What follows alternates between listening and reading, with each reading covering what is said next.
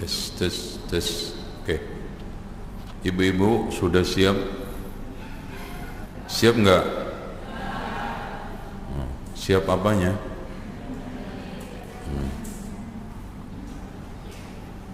Taip. Disiapkan pulpennya, bukunya, kemudian hatinya.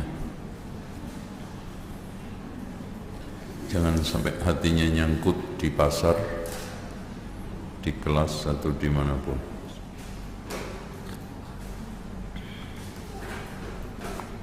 Kalau hatinya nyangkut di hati suami nggak apa-apa, ya. Oke, mulai ya. Assalamualaikum warahmatullahi wabarakatuh. Alhamdulillahilladzi arsala rasulahu bil huda wa dinil haqqi liyudhhirahu 'ala ad-dini kullihi walau karihal musyrikun. Asyhadu an la ilaha illallah wahdahu la syarika lahu wa anna Muhammadan 'abduhu wa rasuluh. Allahumma salli wa sallim ala Muhammadin wa ala alihi rabbil alamin. Ibu-ibu sekalian, saudariku yang dirahmati Allah, kita kembali menyoal fikih nikah dan rumah tangga. Sudah saya singgung dan saya simpulkan, rumah tangga itu hakikat rumah yang ada tangganya. Berarti berjenjang, berkarir, bertahap. Mau kaya bertahap, mau punya uang bertahap, mau sukses bertahap. Cinta yang mengaitkan hati suami istri juga butuh apa? Tahapan. Ta'aruf, kenalan. Yang terpenting adalah mengenal watak, karena watak ini kadang sulit-sulit gampang. Ada istri yang wataknya makannya kuat, tapi ternyata ada positifnya, karena malas makan itu watak, senang makan itu juga watak. Yang senang makan cukup menyediakan beras banyak-banyak, ya, biasanya lauknya nggak cerewet-cerewet, makanya kasih beras sambal aja gendut. Yang malas makan cerewet, rewel lauknya.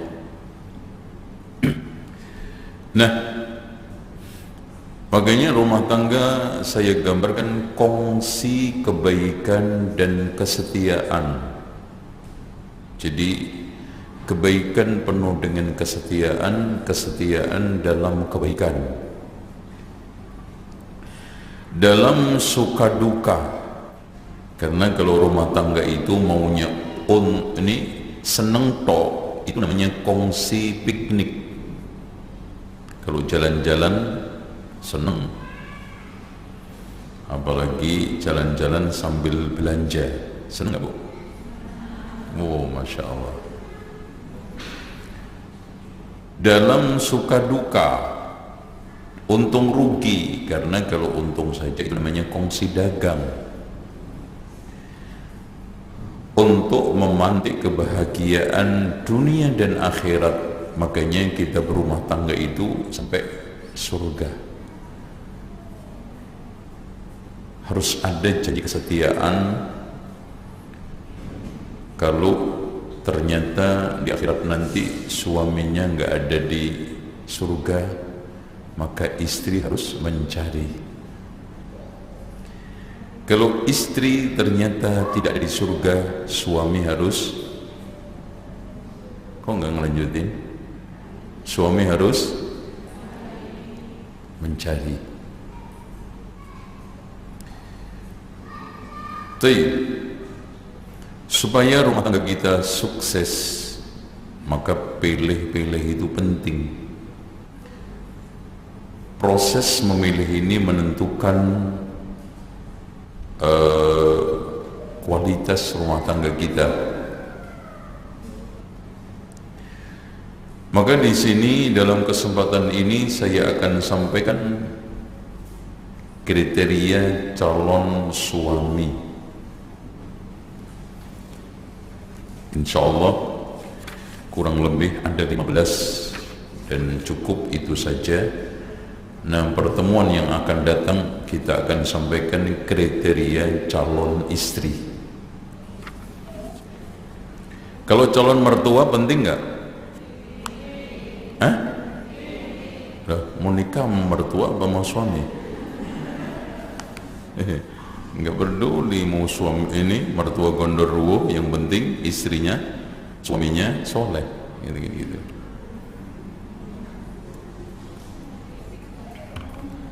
Oke.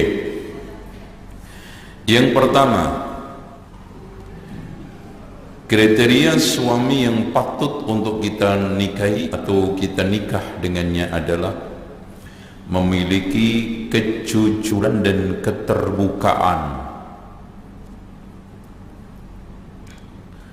Kejujuran dan keterbukaan ini dari mulai proses menikah, ta'aruf, jujur, terbuka. Ya, bilang jelek ya jelek. Ya, jangan jelek bilang cantik. Nanti akhirnya dikamuflase dengan dandanan yang enggak wajar. Kejujuran dan keterbukaan di dalam watak. Aku mas, saya itu kalau masak males, kalau bersihin rumah males, kalau belanja rajin, nah itu ngaku, ya, jujur. Terutama kejujuran di dalam status. Jangan bilang duda ngaku jaga, janda ngaku apa? Ya. Bahkan ada salah satu ikhwan yang pernah viral di sosmed, ngaku polisi, ngaku TNI, ngaku ustadz ini, ustadz itu, akhirnya Masya Allah banyak akhwat ditipu. Masalahnya sekarang ini akhwat itu lebih senang ditipu daripada diminta, ya. Makanya jangan seperti itu. Jujur di dalam masalah status pendidikan, karena lagi butuh kafaah, status perkawinan. Tapi kalau status kesucian, ya ini dilihat. Karena ada sebagian akhwat yang dulunya hidup penuh dengan kegelapan, akhirnya melakukan perbuatan nista. Mungkin di antara mereka yang hamil di luar nikah kemudian digugurkan atau tidak. Ini dilihat maslahatnya untuk pengakuan. Tapi intinya kejujuran dan keterbukaan itu akan membuahkan kebahagiaan. Suami mbak itu akan tenang dan senang punya istri terbuka dan jujur. Begitu juga sebaliknya. Istri paling senep kalau suaminya selalu bersandiwara, suka berpura-pura. Begitu juga istri, nggak sakit, pura-pura sakit. Duit ada, pura-pura nggak ada. Ini bermasalah. Bahkan kepura-puraan itu sampai pada tempat tidur, berpura-pura. Kejujuran di dalam bercinta, ya, ketulusan dan kejujuran di dalam bercinta, terutama saat melayani suami atau istri, itu penting.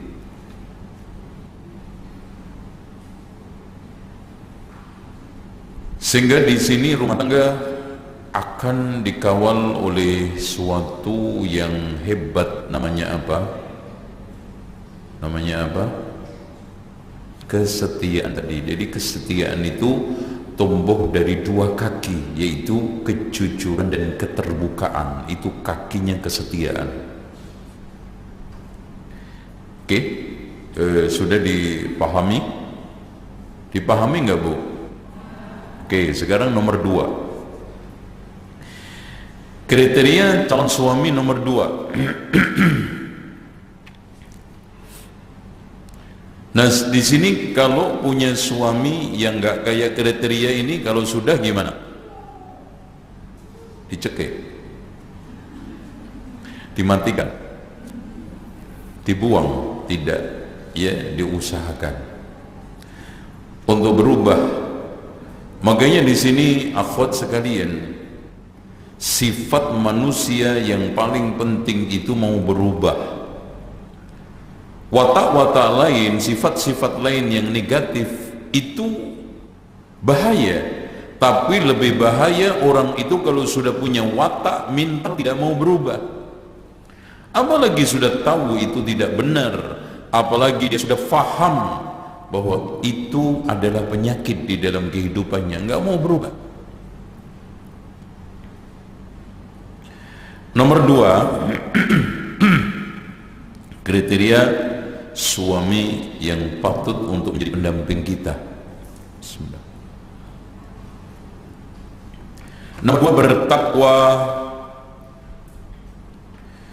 dan bersikap bersih zahir dan batin. Takwa itu perasaan yang melahirkan takut kepada Allah, takut sehingga melaksanakan perintahnya secara sempurna, meninggalkan larangannya secara sempurna.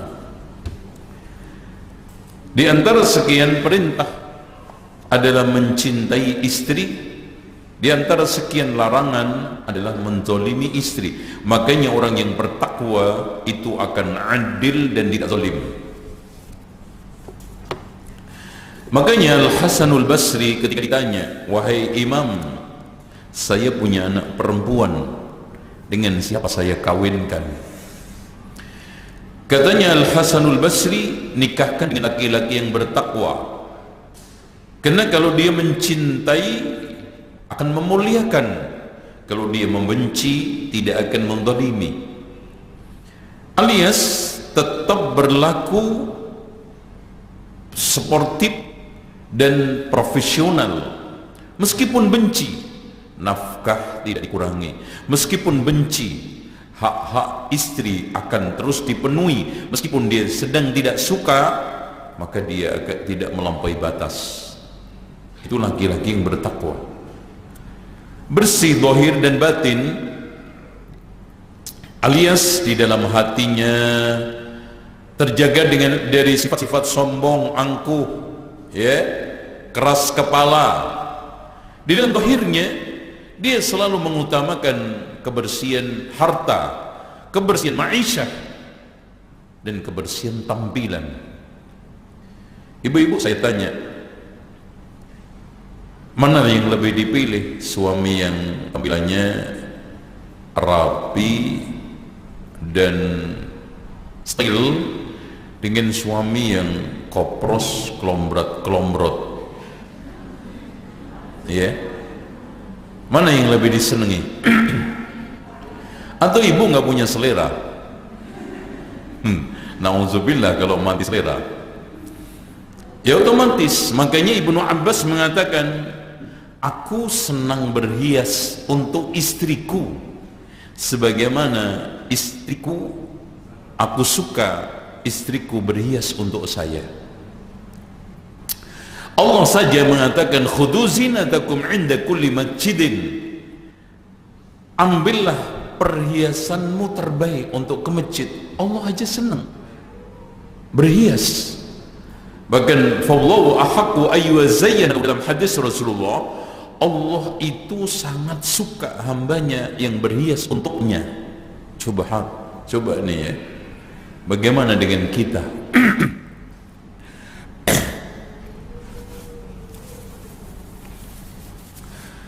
Makanya di sini berhias itu bukan untuk pengantin baru. Kalau pengantin baru nggak usah berhias, sudah keren, sudah oke lah. Yang perlu berhias itu yang kemanten tua.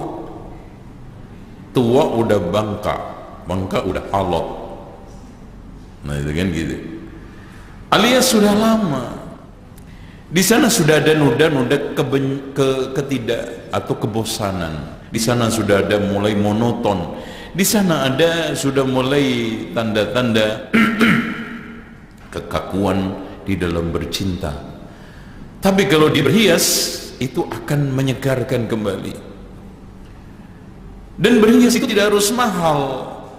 Tidak harus kita itu membeli kosmetik yang harganya jutaan. Bahkan subhanallah ya, Naila itu istrinya Utsman bin Affan dari Badui, masih ahlul kitab Kristen. Ketika saat menikah dinasihatin bapaknya, wahai anakku,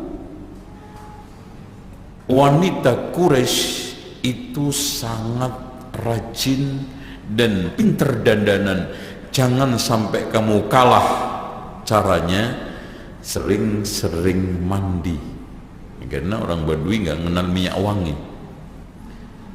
Caranya kita set, suami menjelang datang mandi gitu. Jangan sekarang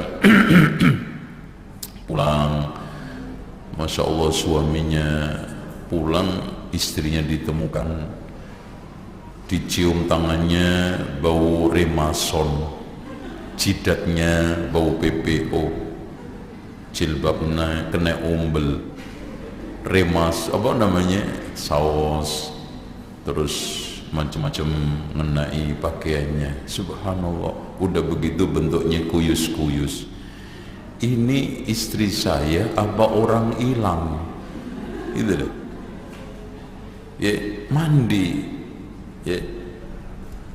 Jangan seperti orang awam di balik-balik, ketika keluar tampilannya masya Allah bak bunga sedang mekar. Ya. Ketika keluar seperti itu, bak bunga sedang mekar. Ketika di rumah bentuknya lusuh, lecek dan kurang bergairah. Persis kata pepatah Arab, kalau keluar kayak kijang, kalau di rumah koyok ketek.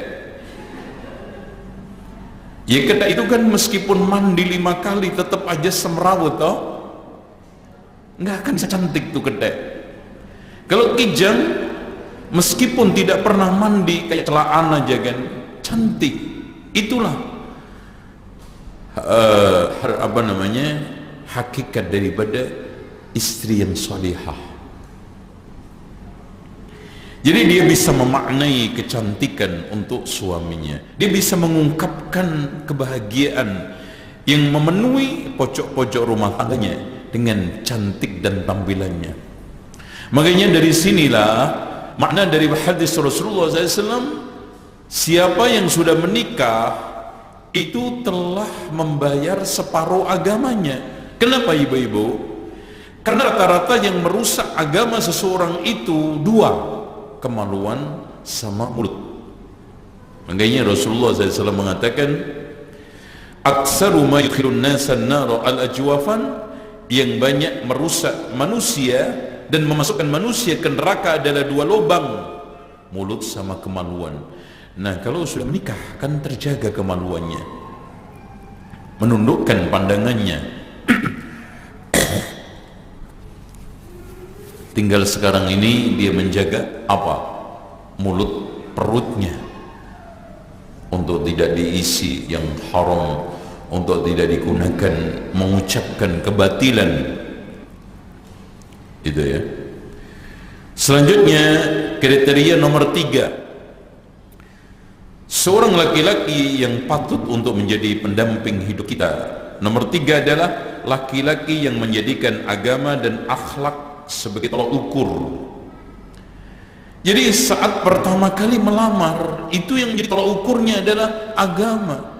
Istri saya sudah hafal Al-Quran berapa? Istri saya rajin sholat tidak? Istri saya rajin ngaji tidak? Istri saya jilbabannya gimana? Bukan yang pertama kali, tingginya calon istri saya berapa? Warna kulitnya kayak apa? Kemudian cantiknya seberapa? Di atas emak saya atau di bawahnya? Ini kriteria mencari calon pemain sinetron. Pernah ada seorang ikhwan yang datang ke saya untuk meminta bantuan mencarikan calon istri. Ustaz, afwan, ya kenapa mas? Bisa nggak menjadikan calon istri saya? Oh iya, insya Allah. Tapi gini Ustaz, kriterianya gimana? Ya itu Ustaz, jadi tolong kalau bisa Ustaz, satu pegawai negeri, mapan, tingginya sekian, putih, cantik. Mas, saya aja nggak dapet. Ente kurang ajar banget. Ente ini mau cari calon pemain film apa istri? Nggak ada satupun yang keluar agama. Ini bermasalahan. Inilah kenyataan. Makanya kalau sudah caranya seperti ini, tinggalkan. Karena Rasulullah SAW mengatakan, "Fadfar bidzatid dini taribat yadak." Pilihlah yang punya agama, kamu akan untung, kalau tidak rugi. Kemudian nomor 4, laki-laki yang realistis di dalam mengajukan tuntutan dan kebutuhan. Saya ulangi lagi, laki-laki yang realistis di dalam mengajukan tuntutan dan kebutuhan. Saat istrinya sedang sakit, otomatis tuntutannya berbeda. Saat sekarang istrinya sedang sibuk ngurusin anak, tentunya berbeda dengan saat longgar. Terus kemudian di dalam masalah-masalah tuntutan lain, mungkin istrinya dituntut untuk serba tanggap, serba cekatan. Itu berbeda ketika hamil dengan tidak hamil, kan begitu. Sehingga di sini akan cenderung memiliki sikap fleksibel di dalam memberikan apresiasi, tuntutan dan permintaan. Nomor 5, karena banyak ini. Nomor 5, kriteria calon suami, laki-laki yang bijaksana, yang mampu menyelesaikan setiap perselisihan dan tidak suka mengungkit-ungkit masa lalu. Jadi kalau mau bikin hashtag, cukup laki-laki bijaksana. Itu aja Mbak. Tidak suka mengungkit-ungkit masa lalu. Itu aja, titik. Biar nggak panjang-panjang, biar gampang dipahami. Oke. Saya minta didengarkan penjelasannya, lebih penting daripada nyatet. Ya. Bijaksana di dalam menghadapi permasalahan, perselisihan, entah internal suami istri, entah eksternal dengan mertua.